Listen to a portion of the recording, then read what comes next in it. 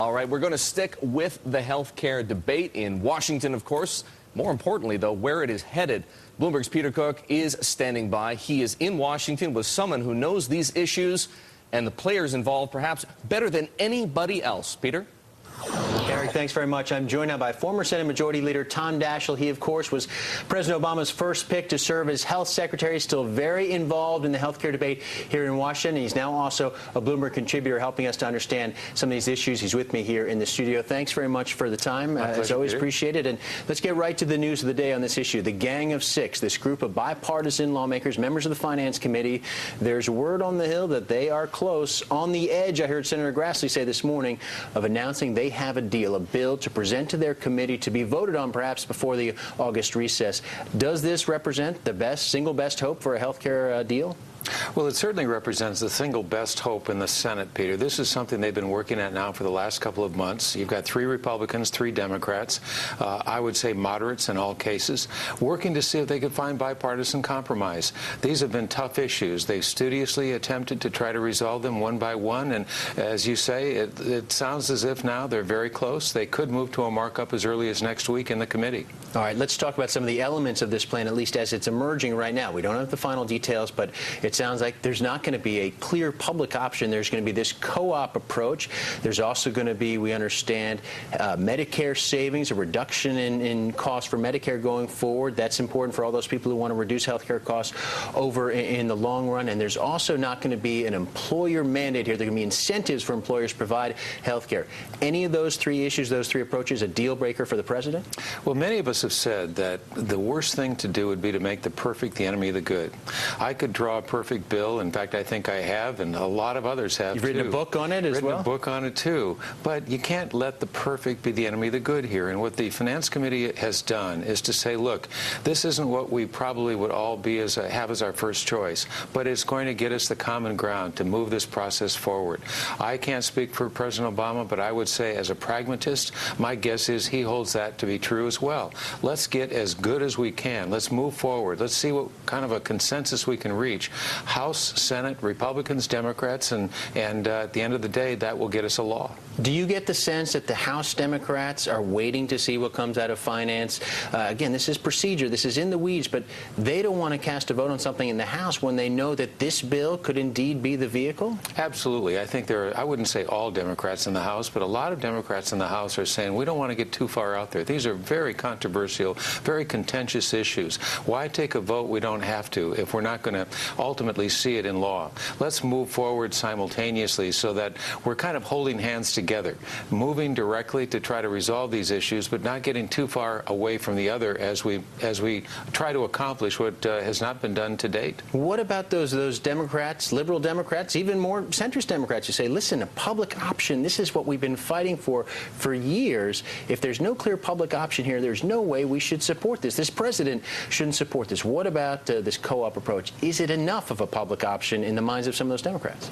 Well, I think it really depends on the eye of the beholder. There are a lot of Democrats who say, look, let's move forward. Let's see what we can resolve with the House as we ultimately get to what is called the conference committee, the resolution between the House and the Senate. But if it's what gets us to conference, if it's the ticket to the next step, then let's accept it. Let's move forward in that context at least. This is one that at least enjoys some bipartisan support, Republicans and Democrats together. That, in my view, is enough argument to commit to the next step. That's what you've seen in the Finance Committee. My guess is that's what you'll see on the Senate floor as well. What do you make of the Republican reaction to this? You've got Senator Grassley, Senator Enzi, who's certainly never been considered really a moderate on a whole host of issues. You've also got Senator Snowe, the 3 Republicans. Can they bring other Republicans along? Well, it's interesting that I saw in the papers this morning that some of them said that was their intent, that they weren't satisfied just to be out there by themselves, that they really did want to bring others along, and they thought that what they've reached as a compromise agreement in the Finance Committee has the potential of bringing a handful, maybe even more Republicans with them as they get to the Senate floor debate. All right. Listen, Senator Daschle, I'm going to ask you to sit tight there. We're going to continue our conversation, get into some more specifics on this, how it might affect industry when we come back. Let's get back to our conversation on health care. Bloomberg's Peter Cook is in Washington with Bloomberg contributor and former Senate Majority Leader Tom Daschle. Peter? All right, thanks very much, Eric. Continuing our conversation now with Senator Daschle on health care. And I want to ask you again about paying for all this, the numbers here. This is Bloomberg. We talk about the dollars a lot. This idea about taxing health insurance plans as a means, gold-plated Cadillac health insurance plans as a means for paying for some of this. First of all, you and I have talked about this in the past. Do you think this is a reasonable approach? Well, Peter, there are two things that drive all these decisions. Part of it is policy, part of it is politics. And what you try to find is the intersection of both, where you can find the best policy and the best politics. And what their assumption is that taxing these gold-plated insurance plans, it may be the best politics. It may not be the best policy, but it gets you where you need to go. But we're not talking about, I mean, the triggers here, $25,000 or $35,000. I've heard both figures out there. We're not talking about a whole lot of Americans who get those kinds of health care plans. It might be a lot of Bloomberg viewers, actually, who do.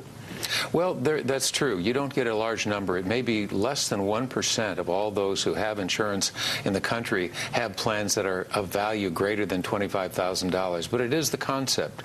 And it's with that concept, if you can get it accepted, that you can build on later on. I wouldn't be surprised at some later date if it goes from 25 to 20 or 25 down to 15. But if you're in the concept and you've accepted the policy, you can talk more about the numbers and thresholds later on.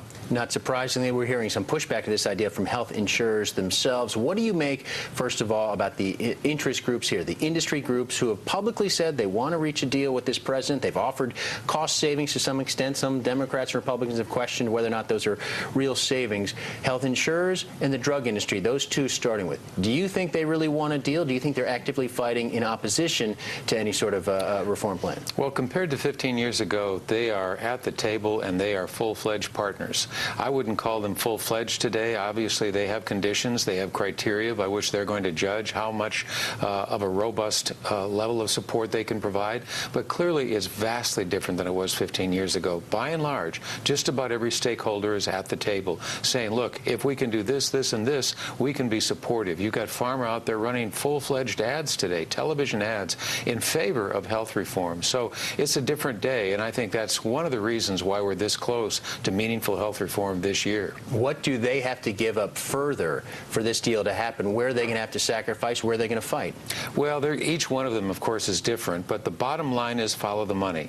The more you follow the money, the more you're going to realize how much each one of them have skin in the game, and clearly they all do. So as we talk about cost containment, they're all affected, and the degree to which they can stomach or support these changes in cost containment especially is the degree to which you're going to see them at the table. Senator, I'm going to ask you to hold that thought. I understand we have breaking news. Going to send it back to Eric in New York.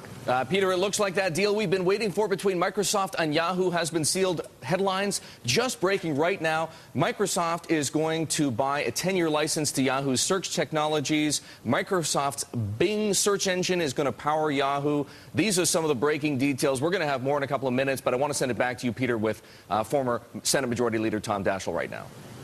All right. Thanks very much, Eric. And let me just throw it quickly to you. I want to get some reaction here in Washington. Do you think a Microsoft-Yahoo combination, there's been questions about whether Google is anti-competitive. Do you think there's any question Washington would want to take a look at a combination between Microsoft and Yahoo? I think you're going to see a lot of questions asked. My guess is they're going to try to figure out how much this arrangement is going to affect the competitive arena today. At the end of the day, my guess is it'll go through.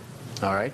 We little sidetrack from healthcare, so we'll get back to the healthcare debate. And again, some of the lobbying that's going on right now on this deal. The health insurers, taxing the Cadillac health insurance plans.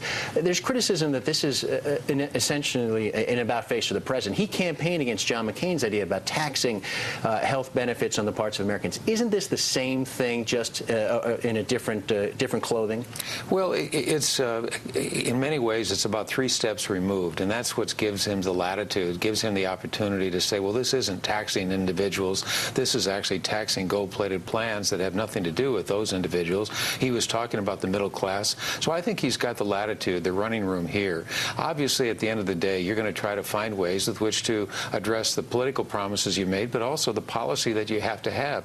This is an effort to try to intersect those, and I think, by and large, it's one he could probably accept. Again, not speaking for the president himself. The polls out there that represent differing views right now on where this all stands, but there is a sense that he's losing some of the public opinion fight here. Do you agree with that? Well, I think that it's always tough. As you get into the weeds and the real details here, there are a lot of questions raised. The Republicans have done a reasonably good job of trashing these ideas, and I think in part that's caused the kind of doubt and concern in the American people. It happens every time we bring up health care.